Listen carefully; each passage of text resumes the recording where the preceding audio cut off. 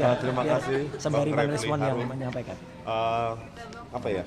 Kalau dari pemeriksaan kami terhadap penyidik jelas ya, statement-statement kami itu dipotong seolah-olah tanpa basis, terutama dari saya. Ya 11.000 triliun persen palsu itu dipotong seolah-olah itu ujaran kebencian, fitnah atau apa, tetapi dasar argumentasi saya mengatakan bahwa lembar pengesahan pembimbing skripsi Joko Widodo yang tanpa tanda tangan dosen penguji itu adalah produk dari dokumen digital yang belum ada pada tahun 1985. Dan itu cuma dibantah oleh Dirtipidum dengan pengujian setelah diraba, dirasakan ada cekungan. Ini barangnya ini. Iya. Langsung kami dikatakan memfitnah, ya, menyebarkan ujaran kebencian. Ya, pertama-tama kalau tadi teman-teman mengatakan kok agak telat, jangan salahkan Mas Refli dan yang lain, salahkan saya, ya. Karena memang saya terlambat karena saya harus mengantar dua ahli yang juga dalam tim kita, ya, yaitu Profesor Hamidah dan juga Dr. Didit Wijayanto Wijaya di Polda Metro Jaya. Jadi tadi karena Jumatan, jadi harus menunggu sedikit petugasnya ready dan baru masuk, ya. Jadi itu termasuk yang akan kita pakai dan juga termasuk beberapa hari yang lalu ketika Prof. Henry Subiakto itu juga memberikan muatan-muatan, memberikan nilai-nilai tentang undang-undang yang kemudian hari ini kita daftarkan ke MK. Jadi hari ini kita bersama Balalerte di bawah koordinasi Mas Profesor Refli Harun, ada di sini Mas Jamada Girsang, kemudian juga ada Pak Mulyadi, ada Pak Ramdan, ada juga Pak Tony dan kawan-kawan yang lain, ya, termasuk Pak Taufik dan lain sebagainya. Ini serius. Ada Pak Wirawan Adnan, waduh, siap. Ada Aziz Januar. Ya, Pak, ada Mas Aziz dan juga Pak Joni. Nggak lupa dibersamai oleh ibu-ibu KNPRI di bawah Bu Mary, ya, gitu. Itu kita bersama-sama ya ingin menegaskan bahwa kami ini serius, ya. Jadi kami ini tidak hanya memikirkan diri kami sendiri. Kami mengajukan uji materi ke MK ini adalah demi seluruh rakyat Indonesia agar tidak ada lagi nanti yang dikriminalisasi. Jadi artinya kita ini juga insya Allah ya kita tidak berjuang sendirian, kami itu, tapi kami bersama-sama dengan rakyat Indonesia. Hikmahnya nanti akan diterima oleh rakyat Indonesia, tidak ada orang yang kemudian ditersangkakan atau mudah dipidana dengan pasal-pasal yang baru 433, 434 atau di Undang-Undang ITE 27 pasal 28 dan juga pasal 32, 30 sesuai dengan keterangan ahli yang hari ini disampaikan juga oleh Prof. Hamidah, Pak Dr. Didit, kemudian Prof. Henry Subiakto dan juga beberapa yang lain, ya. Jadi sekali lagi kita bersikap tolong pegang kan, Mas? Ya, tolong. Ya. Kita bersikap tegas, kita tidak omon-omon, kita tidak kemudian melakukan hal yang angan-angan, tapi kita buka kaos. Buka kaos. Ya. Kita tidak hanya talk the talk, ya. Kita tidak hanya tidak hanya only the talk, ya. Tapi kita talk beneran. We talk, ya, seriously about this law, ya, gitu. Oke, saya kira itu. Terima kasih. Oke. Ya, ada tambahan sedikit dari saya biar saya ingat, ya. Mana tadi? Jadi kawan-kawan semua, ya, kita minta pengecualian dari penerapan pasal-pasal ini.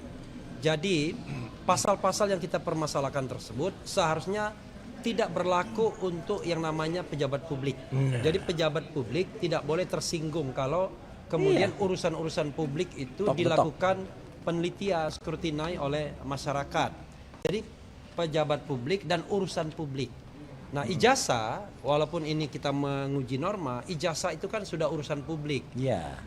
Jadi walaupun Pak Jokowinya sudah berhenti, tapi ijazah itu adalah yang dia gunakan untuk menjabat jabatan publik sehingga tidak lagi menjadi barang privat. Tadi sudah menjadi barang publik, karena itu sah bagi siapapun untuk melakukan pengkajian, pengujian dan lain sebagainya, dan tidak boleh dikriminalkan. Ya, masa pengkajian dan pengujian dikriminalkan? Silakan Bang Rismon menyampaikan. Oke. Kita blokir lagi. Ya, blokir. Tunjukin lagi biar. Terima kasih Sembari Bang Bang Refli Rismon yang Harun. menyampaikan. Kalau dari pemeriksaan kami terhadap penyidik jelas, ya, statement-statement kami itu dipotong seolah-olah tanpa basis, terutama dari saya.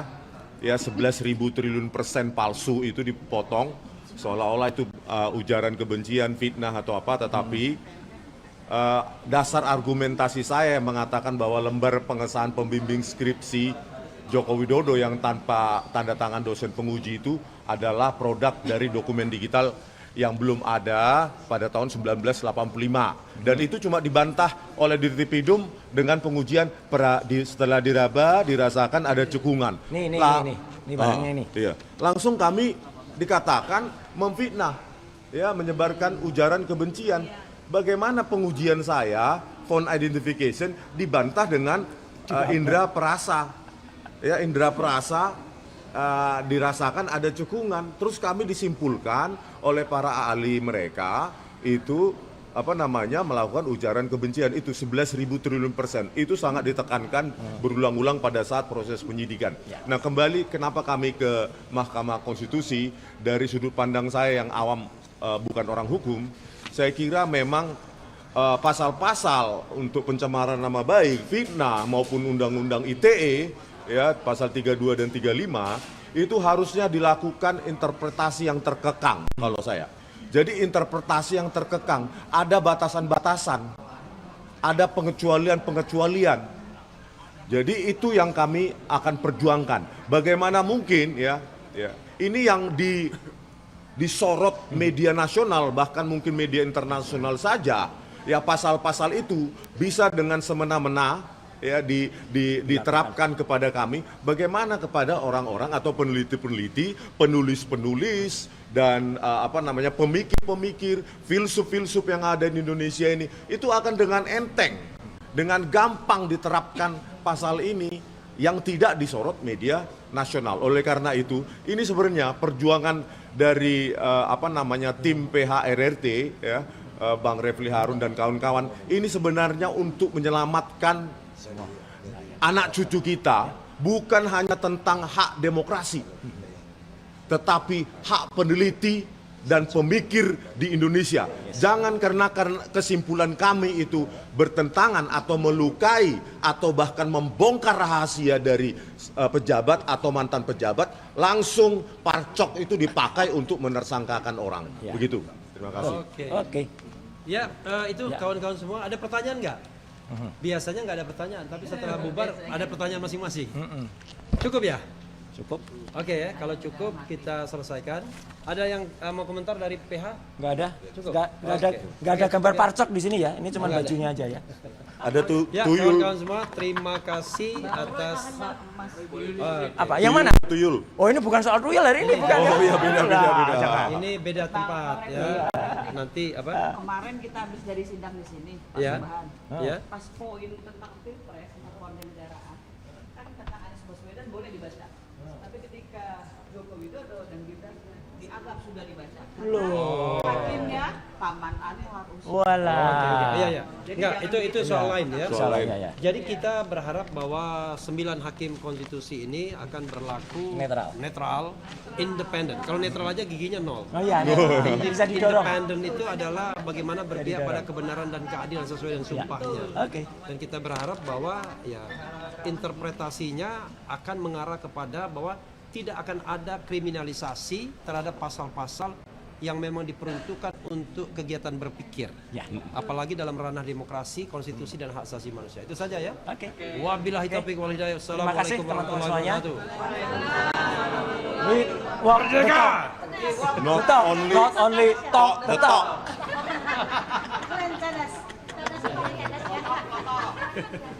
We walk the talk.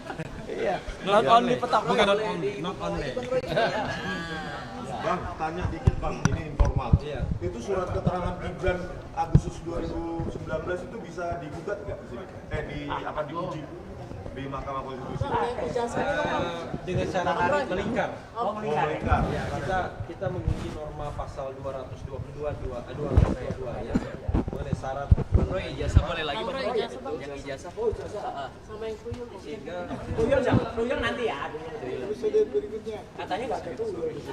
Terus Bang, ya itu nanti kemudian kita minta bahwa persyaratan tersebut memang dengan menunjukkan jasa asli. Ya. Jadi tidak cukup dengan kalau ijazahnya nggak ada, ya artinya tidak memenuhi syarat. ijazah SMA-nya kan nggak ada. Ya artinya tidak memenuhi syarat karena ini subject to impeachment. Harusnya kan. Ininya nggak ada. Nah, itu namanya impeachable nanti. Oke, syarat RJ dari kami seperti yang dikatakan oleh Bang Rocky Gerung di ILC, RJ, ya, The real RJ adalah Pak Jokowi meminta Wapres Gibran mundur secepatnya, baru kita bisa RJ. Jadi gini ya. Jadi gini. Jadi disandingkan di sini. Ini modal jadi Wapres ini. Ya, formatnya format surat keterangan RT RW atau puskesmas surat sakit. Dan saatnya udah kepala TU. Oh, kepala TU. Ini bisa jadi Wapres nih. Oke, kalau soal lain memang kita tentu ya, ini soal ada dua hal besar. Satu soal ijazah palsu ini, dua adalah soal ijazah Gibran yang tidak palsu, tetapi tidak ada. Tidak ada. Ya, beda kan? Ini bukan bukan. Kayak gininya tidak punya. Jadi kita itu perjuangan lain ya, tetapi intinya adalah ini perjuangan untuk kebenaran dan keadilan. Ya. Oke, terima kasih ya Bang. Terima kasih.